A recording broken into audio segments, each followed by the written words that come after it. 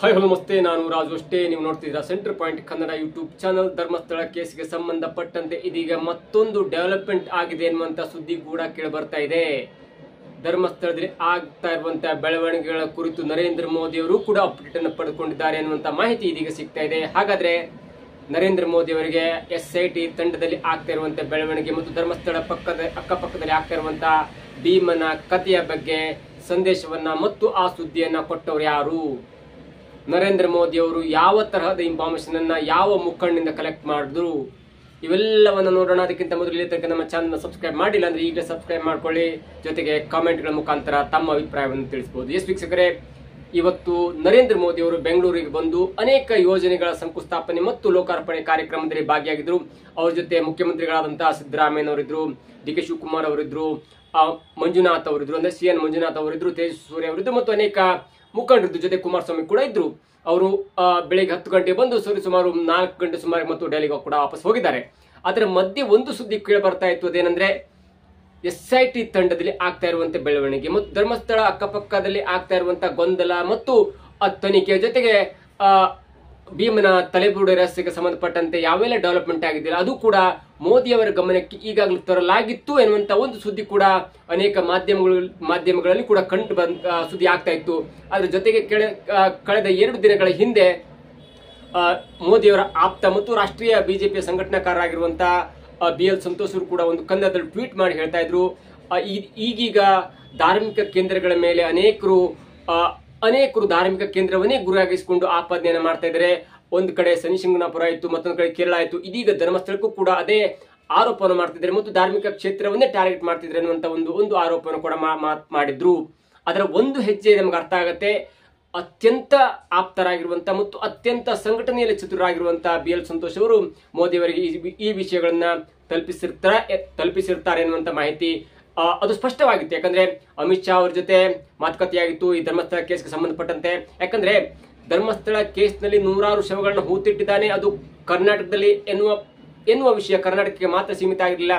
ಅದರಲ್ಲೂ ರಾಷ್ಟ್ರೀಯ ಮತ್ತು ಅಂತಾರಾಷ್ಟ್ರೀಯ ಮಾಧ್ಯಮಗಳು ಕರ್ನಾಟಕಕ್ಕೆ ಬಂದು ಅದರಲ್ಲೂ ಬೆಳ್ತಂಗಡಿ ಬೀಡು ಬಿಟ್ಕೊಂಡು ಎಲ್ಲವನ್ನೂ ಎಳೆಯಾಗಿ ತೋರಿಸ್ತಾ ಇತ್ತು. ಹಾಗಾಗಿ ಈ ವಿಷಯ ಇಡೀ ಅಂತಾರಾಷ್ಟ್ರೀಯ ಮಟ್ಟದನ್ನ ಇಡೀ ಅಂತಾರಾಷ್ಟ್ರೀಯ ಚಾನೆಲ್ಗಳನ್ನ ಕರ್ನಾಟಕಕ್ಕೆ ತಿರುಗುವಂತೆ ಮಾಡಿತ್ತು. ಯಾಕಂದ್ರೆ ಒಬ್ಬ ವ್ಯಕ್ತಿ 15-20 ವರ್ಷಗಳ ಕಾಲ ಒಂದು ಜಾಗದಲ್ಲಿದ್ದು ಸುಮಾರು 463 ಶವಗಳನ್ನ ಹೂತಾಕಿದ್ದೇನೆ. ಅದರಲ್ಲೂ ದೌರ್ಜನ್ಯಕ್ಕೆ ಒಳಗಾಗಿರುವಂತಹ ಹೆಣಗಳನ್ನ, ಮಕ್ಕಳಗಳನ್ನ ಮತ್ತು ಭಿಕ್ಷುಕರನ್ನ ಹೂತಾಕಿದ್ದೇನೆ ಅಂತ ಒಂದು ಮಾತನ್ನ 164 ಸ್ಟೇಟ್ಮೆಂಟ್ ಅಲ್ಲಿ ಕೊಡೋದ್ರ ಜೊತೆಗೆ ಬರುವಾಗ ಒಂದು ತಲೆಬುರುಡೆಯನ್ನು ಕೂಡ ತಂದು ನ್ಯಾಯಾಧೀಶರಿಗೆ ಒಪ್ಪಿಸಿದ್ದ. ಹೀಗಾಗಿ ಈ ಪ್ರಕರಣ ಅತ್ಯಂತ ದೊಡ್ಡದಾಗಿ ಸುದ್ದಿ ಮಾಡ್ತಾ ಇದೆ ಮತ್ತು ಈಗಲೂ ಕೂಡ ಅತ್ಯಂತ ದೊಡ್ಡದಾಗಿ ಸುದ್ದಿಯನ್ನ ಮಾಡ್ತಾ ಇದೆ. ಹೀಗಾಗಿ ಇವೆಲ್ಲವೂ ಕೂಡ ನಮ್ಮ ರಾಷ್ಟ್ರದ ಪ್ರಧಾನಮಂತ್ರಿಯವರಿಗೆ ಮತ್ತು ಗೃಹ ಸಚಿವರಿಗೆ ತಿಳಿದೇ ಇರುತ್ತೆ ಮತ್ತು ಆ ತಿಳಿಸುವಂತ ಪ್ರಯತ್ನವನ್ನ ಆ ಸಂಘಟನಾಕಾರರು ಮತ್ತು ಗೃಹ ಸಚಿವರು ಮೋದಿ ಅವರ ಜೊತೆ ಸತತವಾಗಿ ಸಂಪರ್ಕದಲ್ಲಿ ಇರುವುದರಿಂದ ಆಯಾ ರಾಜ್ಯಗಳು ಏನೇನಾಗುತ್ತೆ ಅನ್ನುವಂತ ಅಪ್ಡೇಟ್ ಕೂಡ ಪಡೆದುಕೊಂಡಿರುತ್ತೆ. ಯಾಕಂದ್ರೆ ಆ ಮಾಧ್ಯಮದಲ್ಲಿ ಅಷ್ಟು ದೊಡ್ಡ ಸುದ್ದಿ ಕೂಡ ಆಗಿತ್ತು. ಮತ್ತು ಕೇರಳದ ಒಬ್ಬ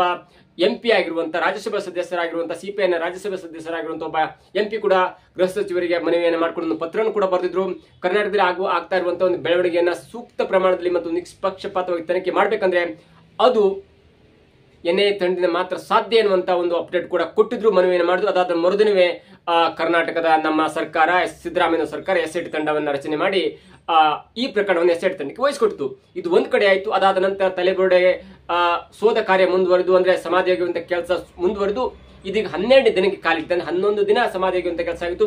ಇವತ್ತು ರವಿವಾರವಾದ ಕಾರಣ ಸ್ವಲ್ಪ ಮಟ್ಟಿನ ಒಂದು ಬ್ರೇಕ್ ಅನ್ನು ಕೊಟ್ಟು ಟೆಕ್ನಾಲಜಿಯನ್ನು ಉಪಯೋಗಿಸಿಕೊಂಡು, ಅಂದ್ರೆ GPR ಆಗಿರ್ಬೋದು ಅಥವಾ ಬೇರೆ ತಂತ್ರಜ್ಞಾನವನ್ನು ಉಪಯೋಗಿಸಿಕೊಂಡು ಸಮಾಧಿ ಅಗಿಯುವಂತ ಕೆಲಸವನ್ನು ಮಾಡಿ ಅಲ್ಲಿರುವ ಈ ರಹಸ್ಯಕ್ಕೆ, ಅಲ್ಲಿರುವ ಕುತೂಹಲಕ್ಕೆ ತೆರೆ ಎಳೆಯಬೇಕೆನ್ನುವಂತ ಒಂದು ಆಲೋಚನೆಯನ್ನು ಮಾಡಿ ನಾಳೆ ಸಮಾಧಿ ಅಗಿಯುವಂತ ಕೆಲಸ ಮತ್ತು ಮಹಜೂರು ಮಾಡುವಂತ ಕೆಲಸ ಕೂಡ ಆರಂಭವಾಗುತ್ತೆ. ಇದರ ಜೊತೆಗೆ ಇವತ್ತು ನರೇಂದ್ರ ಮೋದಿ ಅವರು ಬೆಂಗಳೂರಿಗೆ ಬಂದಿದ್ರು. ಬೆಳಿಗ್ಗೆ 10 ಗಂಟೆ ಬಂದಿದ್ರು ಮತ್ತು 4 ಗಂಟೆ ವಾಪಸ್ ಹೋದ್ರು. ಆ ಮಧ್ಯೆ 3-4 ಕಾಮಗಾರಿಗಳ ಅಂದ್ರೆ ಯೋಜನೆಗಳ ಶಂಕುಸ್ಥಾಪನೆ ಆಯಿತು ಮತ್ತು ಲೋಕಾರ್ಪಣೆ ಕೂಡ ಆಗಿತ್ತು. ಆ ಒಂದು ಸಂದರ್ಭದಲ್ಲಿ ಕರ್ನಾಟಕಕ್ಕೆ ಬರುವ ಮುನ್ನ ಅವರು ಕರ್ನಾಟಕದ ಬಗ್ಗೆ ಅನೇಕ ವಿಷಯಗಳನ್ನು ತಿಳ್ಕೊಂಡಿರ್ತಾರೆ ಮತ್ತು ಕನ್ನಡದ ಎಲ್ಲಾ ಅಪ್ಡೇಟ್ಸ್ ಕೂಡ ಗೊತ್ತಿರುತ್ತೆ. ಆದ್ರೆ ಯಾವಾಗ ನಮ್ಮ ಕರ್ನಾಟಕ ಸಂಸದರು ಕರ್ನಾಟಕದ ಮುಖಂಡರು ಸಿಗ್ತಾರಲ್ಲ, ಆಗ ಟೈಮ್ ಸಿಕ್ಕಾಗ ನಮ್ಮ ಮುಖಂಡರುಗಳು ಅಂದ್ರೆ ನಮ್ಮ MP ಆಗಿರ್ಬೋದು, ನಮ್ಮ ರಾಜ್ಯದ ಮುಖಂಡರುಗಳು ಮೋದಿಯವರ ಜೊತೆ ಯಾರು ಹತ್ತಿರವಾಗಿರ್ತಲ್ಲ ಅವ್ರ ಜೊತೆ ಎಲ್ಲವನ್ನ ಕಲೆಕ್ಟ್ ಮಾಡಿಕೊಂಡು ಎಲ್ಲವನ್ನ ತಿಳ್ಕೊಳ್ಳುವಂತ ಪ್ರಯತ್ನ ಕೂಡ ಮಾಡ್ತಾರೆ.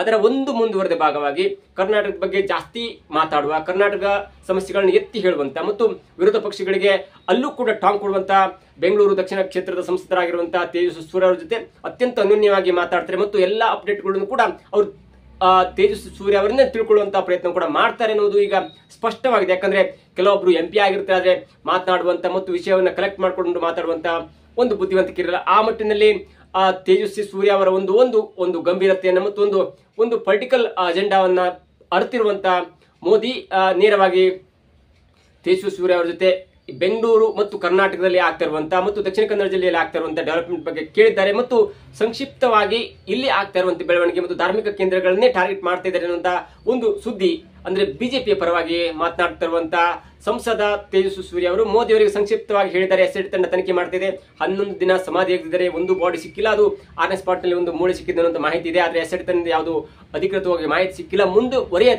ಮುಂದೆ ಏನಾಗುತ್ತೆ ಅನ್ನುವುದನ್ನು ಕಾದ್ ನೋಡಬೇಕು ಮತ್ತು ಇಷ್ಟು ಇಲ್ಲಿ ತನಕ ಅಪ್ಡೇಟ್ ಎನ್ನುವಂತ ಮಾಹಿತಿ ಕೂಡ ಮೋದಿ ಅವರಿಗೆ ಕೊಟ್ಟಿದ್ದಾರೆ ಎನ್ನುವಂತ ಸುದ್ದಿ ಇದೀಗ ಅನೇಕ ಮಾಧ್ಯಮದಲ್ಲಿ ಹರಿದಾಡ್ತಿದೆ. ಹಾಗಾಗಿ ಒಬ್ಬ ದೇಶದ ಪ್ರಧಾನಮಂತ್ರಿ ಆಯಾ ರಾಜ್ಯಕ್ಕೆ ಬಂದಾಗ ಅಲ್ಲಿನ ಒಂದು ಕರೆಂಟ್ ಅಪ್ಡೇಟ್ ಅನ್ನ ತಿಳಿದುಕೊಳ್ಳುವುದರಲ್ಲಾಗ್ಲಿ ಅಥವಾ ಆ ಅಪ್ಡೇಟ್ ಗಳನ್ನ ಅಲ್ಲಿನ ಆ ಪಕ್ಷದ ಮುಖಂಡರು ಅಲ್ಲಿನ ಅಂದ್ರೆ ಪ್ರಧಾನಮಂತ್ರಿಗೆ ತಲುಪಿಸುವುದು ಅದು ದೊಡ್ಡ ವಿಷಯ ಅಲ್ಲ. ಆದ್ರೆ ಮೋದಿ ಅವರು ಏನಾದ್ರೂ ಮತ್ತೆ ಬೇರೆ ನಿರ್ಣಯವನ್ನು ಕೈಗೊಳ್ತಾರ.